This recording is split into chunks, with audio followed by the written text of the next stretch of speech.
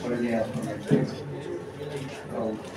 কিছুক্ষণ আগে বক্তব্য রেখেছেন ঢাকা বিশ্ববিদ্যালয়ের প্রাক্তন উপাচার্য, বাংলাদেশ সংবাদ সংস্থার পরিচালনা পর্ষদের সম্মানিত চেয়ারম্যান জনাবা মহাশয় সিদ্দিকী সহ অন্যান্য সম্মানিত অতিথিবৃন্দ,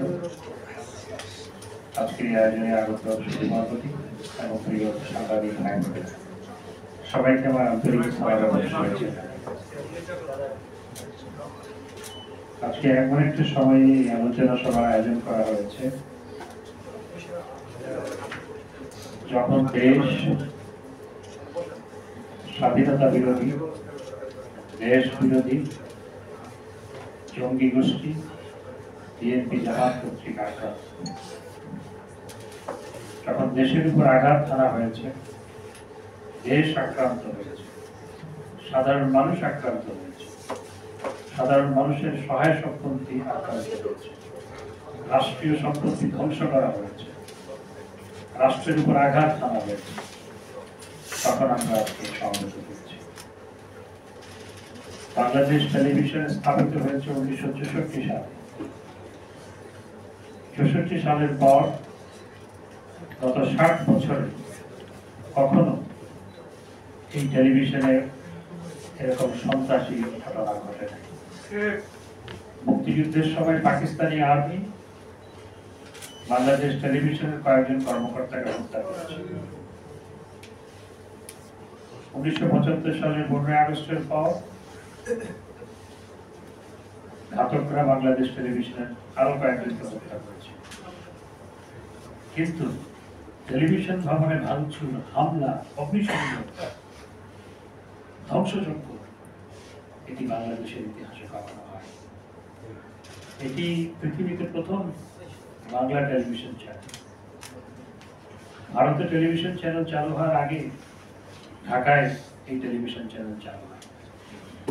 বাংলাদেশে চালু হওয়ার আরো 4-5 বছর পরে ভারতে টেলিভিশন চ্যানেল চালু হয়।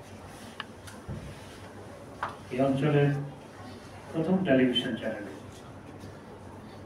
সেই টেলিভিশন চ্যানেলটা জ্বালিয়ে পুড়িয়ে ধ্বংস করে দেওয়া হয়েছে। দুর্যোগ ব্যবস্থাপনা মন্ত্রণালয়, মাননীয় মন্ত্রী আমার পাশে বসে আছে, যে মন্ত্রণালয়ে যখন ঘূর্ণিঝড় হয়, যখন জলোচ্ছ্বাস হয়, যখন অন্য কোনো প্রাকৃতিক দুর্যোগ হয়, যেই মন্ত্রণালয় থেকে ছুটে যায় মানুষ, মন্ত্রী অন্যান্য কর্মকর্তারা ছুটে যান এবং মানুষের পাশে দাঁড়ায়, সেই মন্ত্রণালয় হচ্ছে দুর্যোগ ব্যবস্থাপনা। মানুষের কাজ করে, সেখানে আগুন দিয়েছে। এটি রাষ্ট্রের উপর হামলা। সেতু ভবন, যেই সেতু ভবন পদ্মা সেতু নির্মাণ করেছে, যেই সেতু ভবন পদ্মা সেতু নির্মাণ কাজ পরিচালনা করেছে, যেই সেতু ভবন এলিভেটেড এক্সপ্রেসওয়ে নির্মাণ কাজ পরিচালনা করেছে, যেই সেতু ভবন বঙ্গবন্ধু টানেল, এই উপমহাদেশের প্রথম রোড টানেল নদীর তলদেশ দিয়ে, সেটি নির্মাণ কাজ পরিচালনা করেছে, সেই সেতু ভবন চালিয়ে দিয়েছে। ডাটা সেন্টার চালিয়ে দিয়েছে, এই জন্য ইন্টারনেট কানেকশন বেশ কয়েকদিন বন্ধ ছিল। এমনকি সাবমেরিন ক্যাবল সমুদ্রের নিচ দিয়ে আসলেও স্থলভাবে অনেক জায়গায় উপর দিয়ে নেওয়া হচ্ছে। যেখানে পেয়েছে টার্গেট করে সেগুলো কেটে দিয়েছে, ধ্বংস করা হয়েছে। এইভাবে রাষ্ট্রীয় সম্পত্তির উপর মেট্রো রেল, ঢাকাবাসীর গর্ব, দেশের মানুষের গর্ব, ফুটওভার ব্রিজ পর্যন্ত জ্বালিয়ে দিয়েছে। শত শত নয়, 1000-এর বেশি গাড়ি জ্বালিয়ে দিয়েছে। এগুলো কোনো সরকারের সম্পত্তি নয়। ঢাকা সিটি কর্পোরেশন ময়লা পরিষ্কার করার গাড়ি জ্বালিয়ে দিয়েছে। সেই আমি রাষ্ট্রদূতদের নিয়ে এই ধ্বংসযজ্ঞ দেখানোর জন্য তাদের নিয়ে গিয়েছিলাম। ইটালিয়ান রাষ্ট্রদূতের কথা বলা হয়েছে, তিনি নিজে বলেছেন ইটস আ শেম। তার আইডি হ্যাক করে বিভিন্ন রাষ্ট্রদূতের আইডি হ্যাক করে বিদেশিদের আইডি হ্যাক করে সেখান থেকে উল্টাপাল্টা পোস্ট দেওয়া হয়েছে। ইটালিয়ান রাষ্ট্রদূতের আইডিও হ্যাক করা হয়েছে। আজকে রাষ্ট্র আক্রান্ত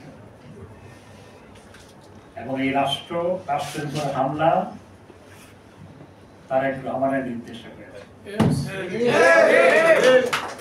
আপনারা দেখেছেন গতকাল টেলিভিশনে স্বীকারোক্তি দিয়েছে যে ছাত্রলীগ মারলে 5,000 টাকা, পুলিশ মারলে 10,000 টাকা, স্বীকারোক্তি দিয়েছে। আপনারা সামাজিক যোগাযোগ মাধ্যমে দেখেছেন যে আমির খসরু মাহমুদ চৌধুরী কিভাবে নির্দেশ দিচ্ছে